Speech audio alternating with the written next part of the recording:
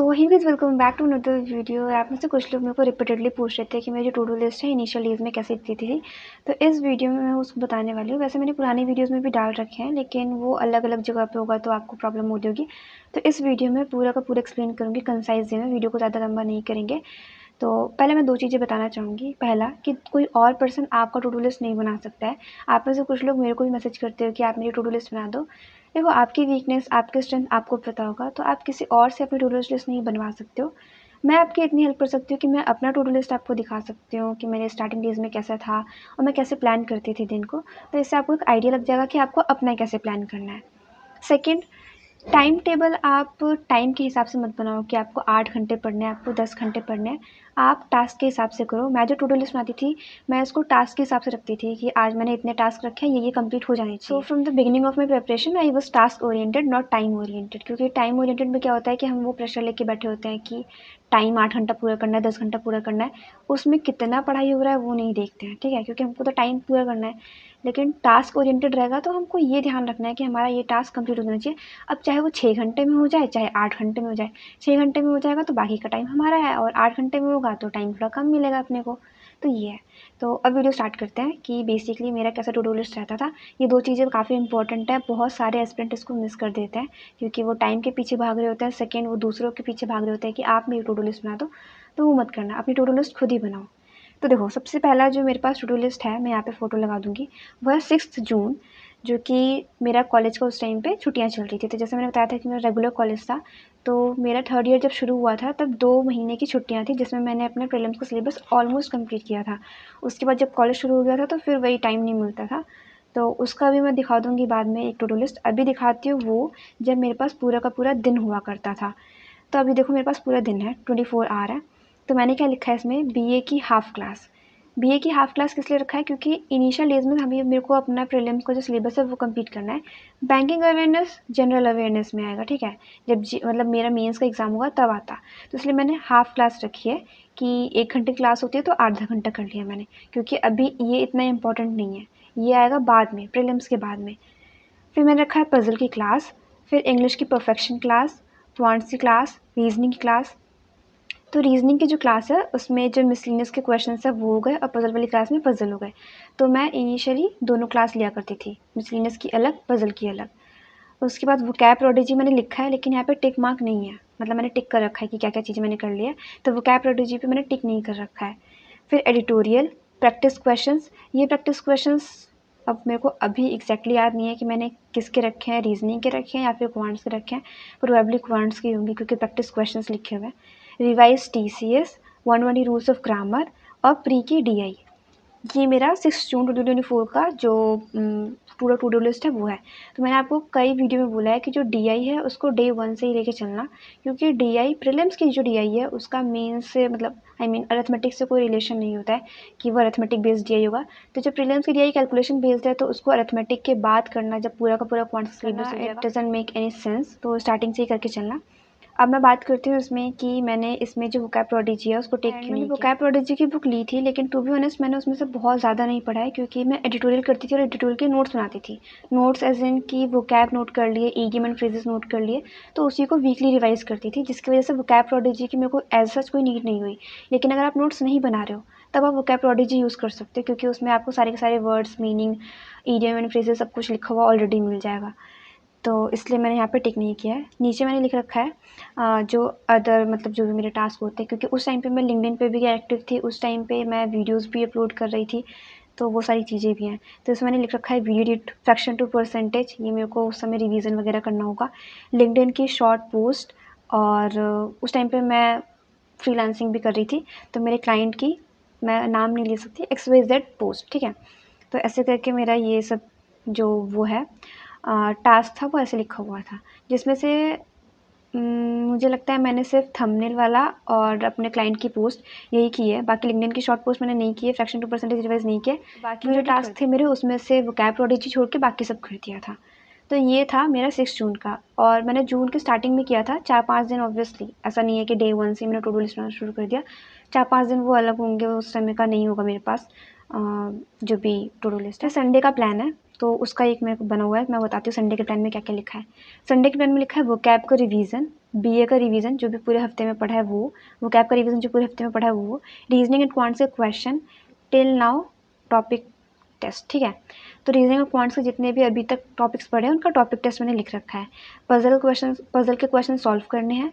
और मेरी प्रोफाइल मैं अपने हिसाब से बनाती थी टू डू लिस्ट, तो मेरे को समझ में आ जाना चाहिए था, तो मैंने लिखा हुआ है मेरी प्रोफाइल, मतलब मेरे को अपनी प्रोफाइल पे काम करना था, वो लिखा हुआ है। मेरे क्लाइंट का जो भी काम है वो लिखा हुआ है, और बस ये। और अगर आपको टॉपिक टेस्ट, सेक्शनल टेस्ट और फुल मॉक टेस्ट इनके लिए अगर सोर्स चाहिए और अगर अभी आप पे नहीं कर सकते हो, तो स्मार्ट किरा पे काफ़ी अच्छा मॉक टेस्ट प्रीमियर लीग चल रहा है, जहाँ पे 45 डेज़ के लिए 45 मॉक टेस्ट लाइव रहेंगे, और सेक्शनल टेस्ट भी रहेंगे, फुल मॉक टेस्ट भी रहेंगे, जिसके लिए आपको पे करने की ज़रूरत नहीं है, पीयू हो या क्लर्क। तो अभी फ़िलहाल जैसे IBPS पीओ का एक लाइव था, फिर इससे पहले एक SBI पीओ का था, तो काफ़ी सारे जो मॉक टेस्ट है वो लाइव चलते रहेंगे। आपको ऑल इंडिया रैंक भी पता चलेगी, आपको सोल्यूशन भी मिलेगा, आपको एनालिसिस भी पता चल जाएगा कि आपने कितने सही किए, कितने गलत किए, क्या परसेंटाइल रही है। फिलहाल तो मैं RBI असिस्टेंट मेंस को टारगेट कर रही हूँ, तो अगर उसका कोई मौका आएगा तो मैं उसको अटेम्प्ट करूँगी। लेकिन अगर आप में से कोई हो जो IBPS पीओ और आने वाले एग्जाम्स को टारगेट कर रहे हो 2026 के, तो आप लोग इसको काफ़ी अच्छे से यूज़ कर सकते हो, क्योंकि 45 डेज़ तक आपको कुछ भी पे करने की ज़रूरत नहीं है। तो बेसिकली विन विन सिचुएशन है। लिंक आपको डिस्क्रिप्शन में दे दूँगी, स्मार्ट किरा का जो ऐप का जो लिंक होगा वो डिस्क्रिप्शन में डाला होगा, आप लोग उसको डाउनलोड करके और वो काफ़ी ईजिली आप वहाँ पे जाकर रजिस्टर कर देना, और आप वहाँ पर मॉक टेस्ट प्रीमियर लीग देखोगे, ऊपर ही आपको बैनर मिल जाएगा, तो आप वहाँ से जा के मॉक टेस्ट लगाना शुरू। फिर बात करते हैं एक 7 जून की फिर से, ठीक है।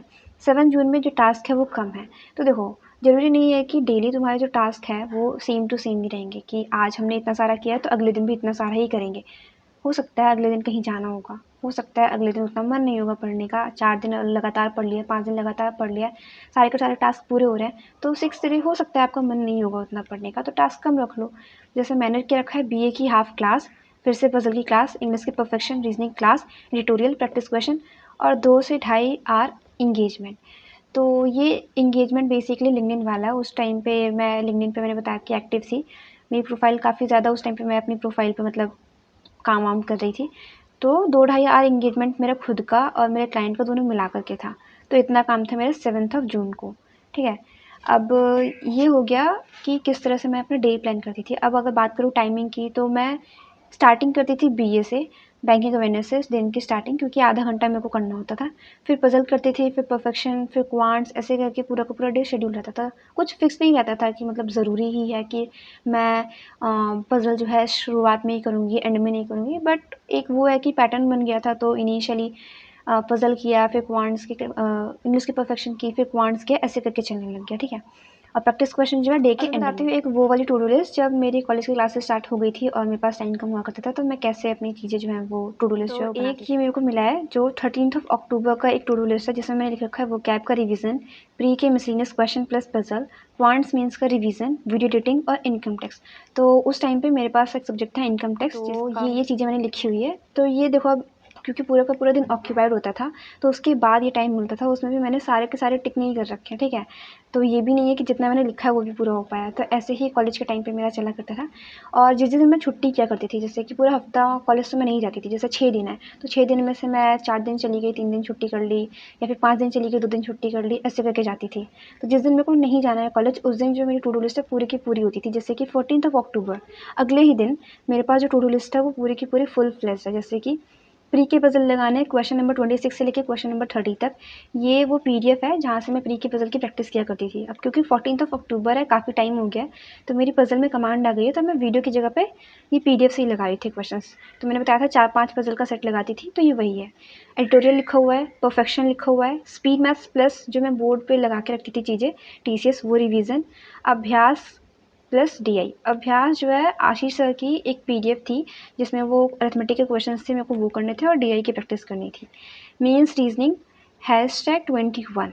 अब ये #21 का मतलब है कि 21 नंबर वाली क्लास जो है मीन्स रीजनिंग के लिए मेरे को वो करनी है। क्वांट्स मीन्स की क्लास, डिडक्शन, इनकम टैक्स, ये मेरा कॉलेज का सब्जेक्ट हो गया। और मेरे क्लाइंट की पोस्ट 120 रूल्स ऑफ ग्रामर।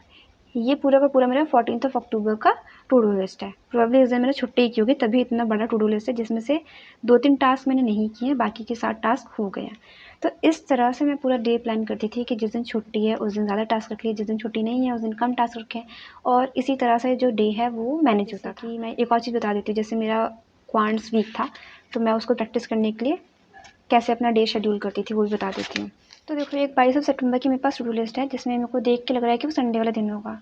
तो वोकैब का रिवीजन है, क्वांट्स व्यू में profit and loss, percentage, SICI, boards and stream, time speed distance, इसके क्वेश्चन की प्रैक्टिस करने के लिए दिया है।